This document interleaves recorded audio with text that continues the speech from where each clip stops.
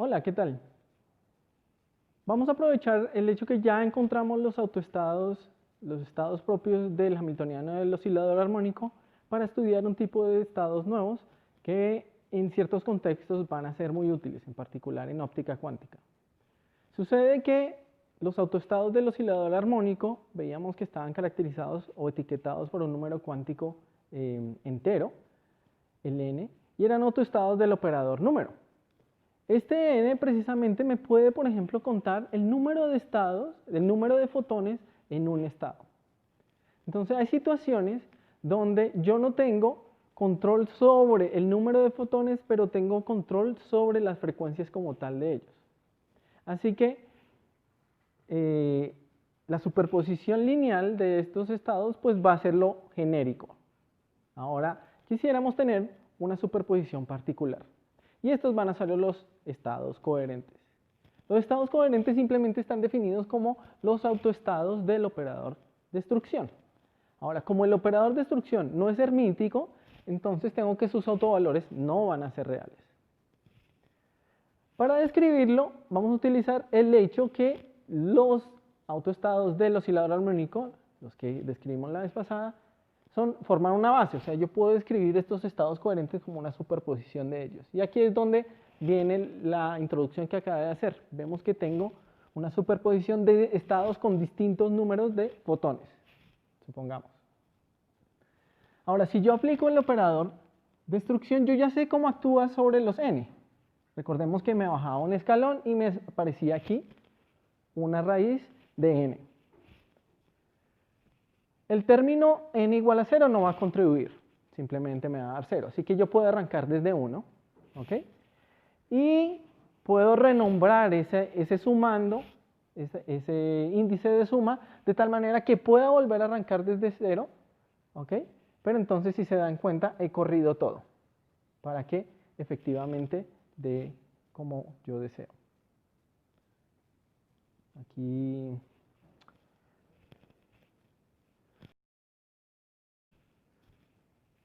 Entonces vemos que aquí así. Entonces, aquí lo que hago es rearreglar los índices para que pueda volver a empezar desde n igual a 0. ¿Esto por qué lo hago? Porque este va a ser el lado izquierdo de la ecuación y este lado simplemente lo logro poniendo este por z. Ahora, si reescribo esta ecuación de valores propios, va a quedar de esta manera. Entonces, este es el lado izquierdo, este es el lado derecho, y los voy a poner ambos al mismo lado. Entonces, es una suma igualada a 0 con vectores linealmente independientes. Y esto es bien sabido, si tengo una suma de vectores linealmente independientes igualada a 0, es porque los coeficientes son igual a 0. O sea, estoy encontrando aquí una relación entre Cn y Cn más 1, una relación de recurrencia.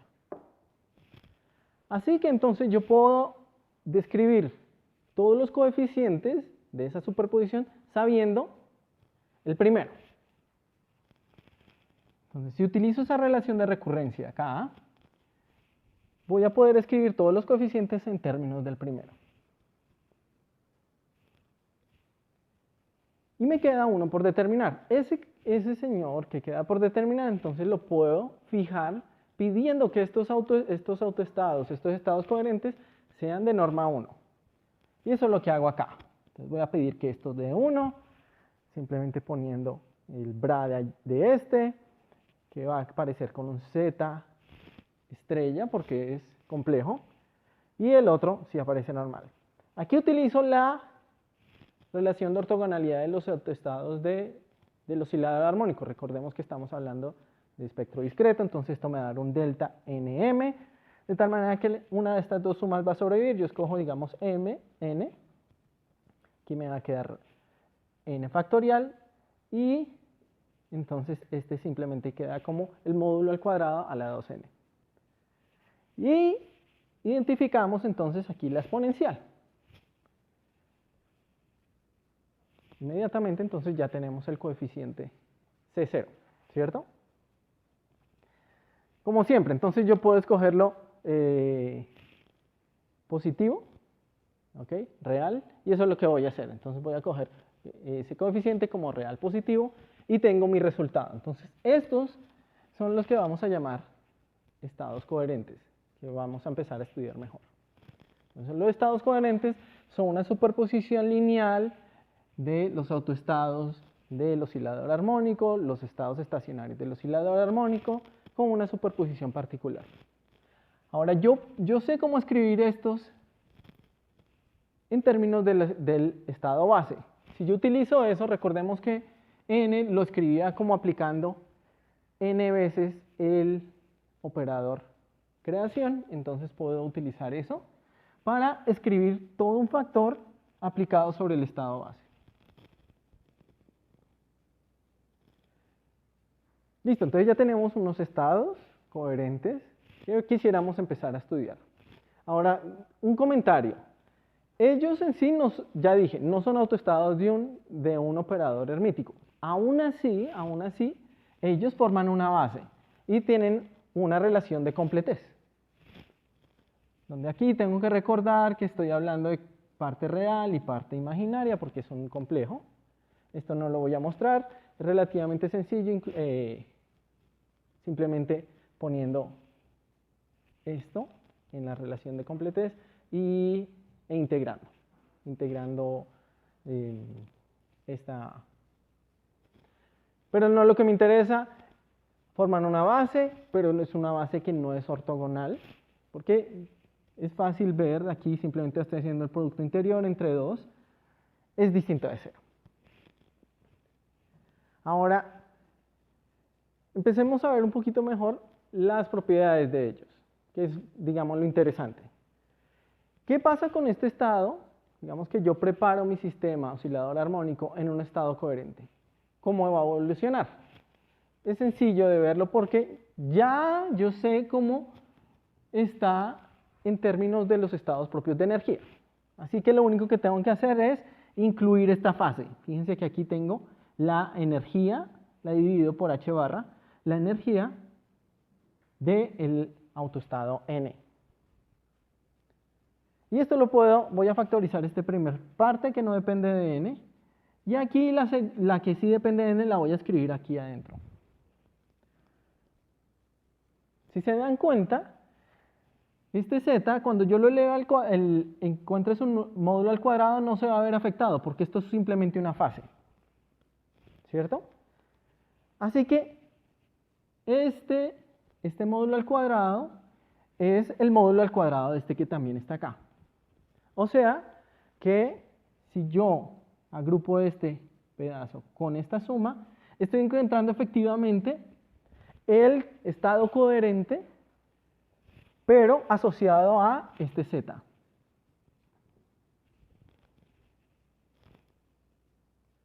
Con una fase. Pero esa fase es irrelevante, dados todos los postulados que hemos dado en la mecánica cuántica. Conclusión, si ustedes preparan el oscilador armónico en un estado coherente, él va a seguir siendo un estado coherente a través del tiempo.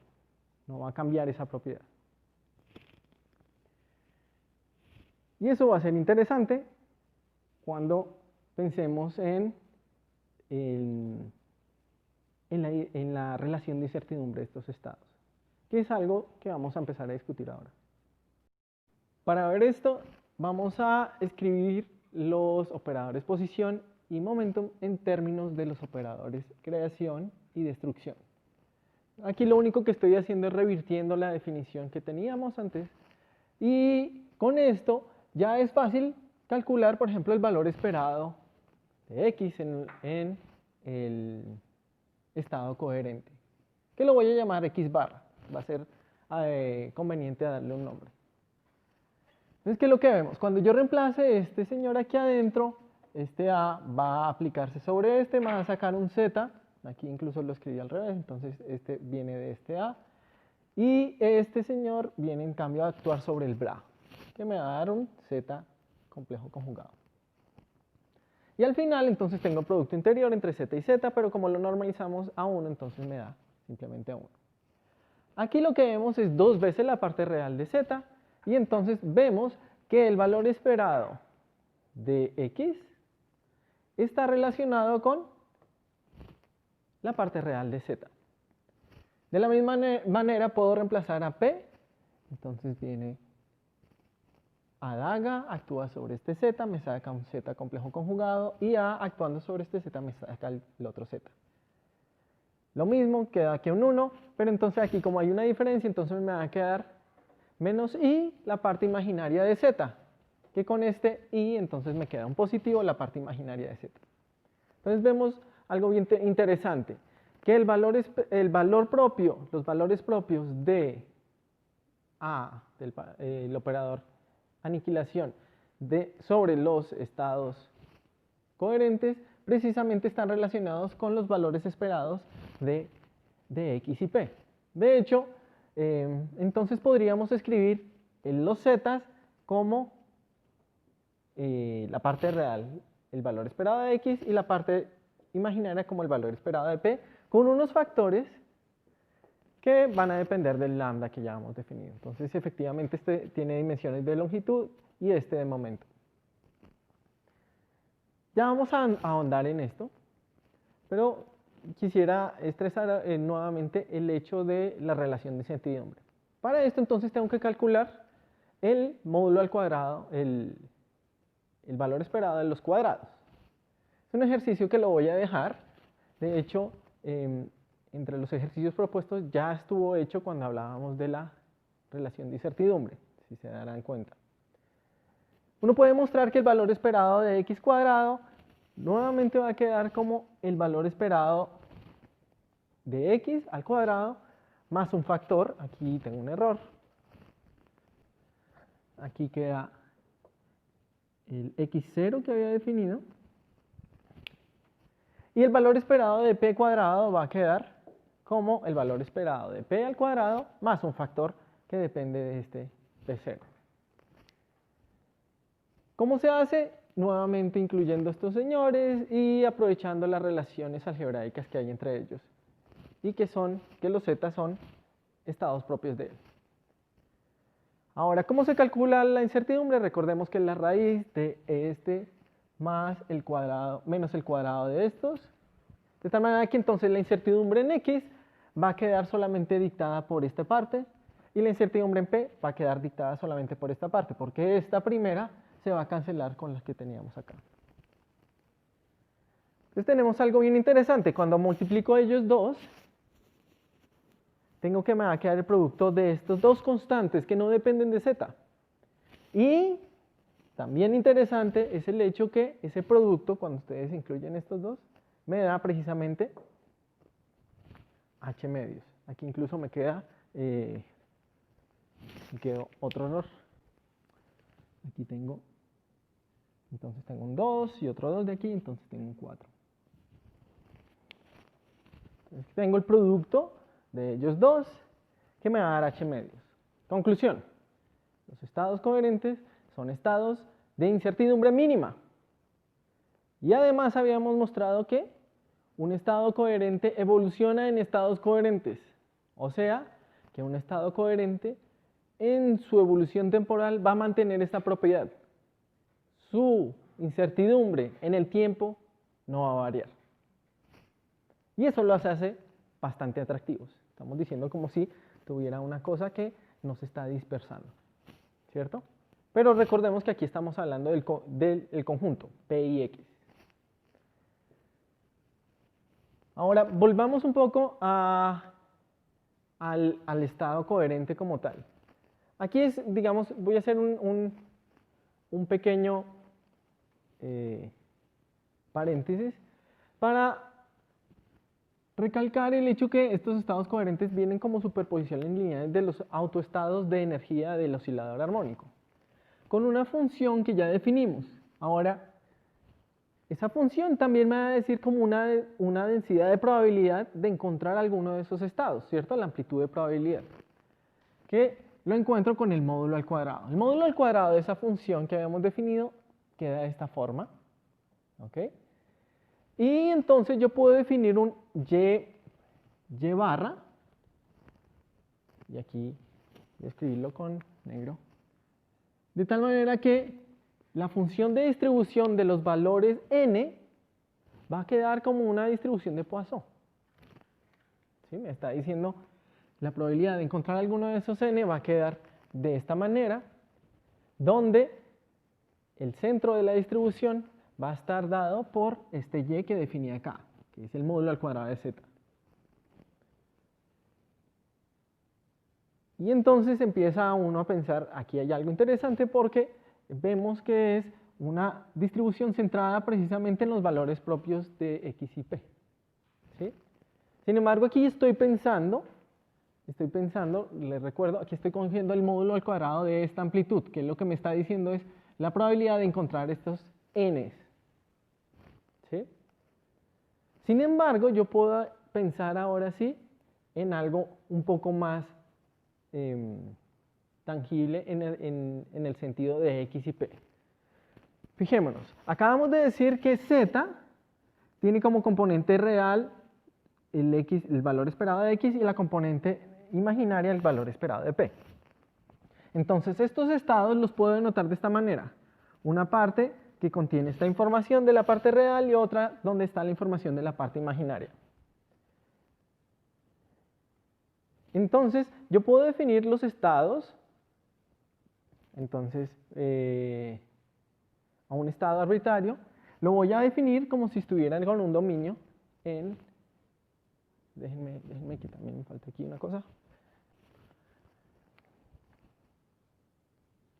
Entonces podemos pensar en estos estados como si fueran algo definido sobre el plano complejo. Y entonces yo podría pensar ahora en funciones de onda definidas precisamente sobre ese plano complejo. O sea, voy a escribir a los estados como una superposición lineal de estos señores. ¿Sí? Y esa superposición lineal precisamente viene sobre la integral sobre la parte real de z y la parte imaginaria de z. De tal manera que entonces voy a encontrar una función de onda que es simplemente la representación de mi estado en la base z, ¿sí? En estos, que está definida precisamente en los complejos. Entonces estamos viendo que utilizando los estados coherentes como base para representar los estados físicos, entonces puedo encontrar funciones de onda que están definidas en el espacio complejo. Pero ese espacio complejo tiene una particularidad bien interesante, está asociada al valor esperado de x y al valor esperado de p. O sea, es como si el espacio de fase estuviera apareciendo. ¿De acuerdo? Y entonces se habla de estados semiclásicos. ¿Por qué? Porque entonces yo estoy asociando a estos señores a ciertas posibilidades de x y p simultáneamente. Algo que en algún momento habíamos simplemente sacrificado, habíamos dicho que no podíamos hablar de eso. Aquí puedo hablar de una función que depende de x y p, pero pensados como valores esperados, ¿ok? Y entonces recuperamos en cierta manera la visión del espacio de fase. Pero entonces ese espacio de fase está un poco restringido. ¿En qué sentido? Habíamos dicho que estos estados tienen una incertidumbre de h barra medios. Es mínima, pero no es cero. De tal manera que entonces vamos a pensar en el espacio de fase como si fuera una grilla, una red de celdas con área h barra medios. Y esas celdas entonces me van a definir el mínimo de incertidumbre que yo puedo manejar ahí y puedo recuperar, en cierta manera, trayectorias a nivel semiclásico. ¿Listo? Utilizando estos señores como base. Los estados coherentes van a ser la base que me van a permitir entonces hablar de trayectorias alrededor de, a través de mi espacio de fase. Entonces, con esto termino una brevísima y tal vez muy burda introducción a los estados coherentes, pero consideraba que era importante que aprovecháramos para discutir algunas cosas. No he sido completamente detallado en esto, ustedes lo han hecho en los ejercicios, espero. Pero entonces esto nos da una idea de otro punto importante del estudio del oscilador armónico. La próxima vez entonces empezamos a darle otra mirada a la dinámica, que nos permitirá ver la evolución temporal de los estados de otra manera. Entonces nos seguimos viendo. Hasta luego.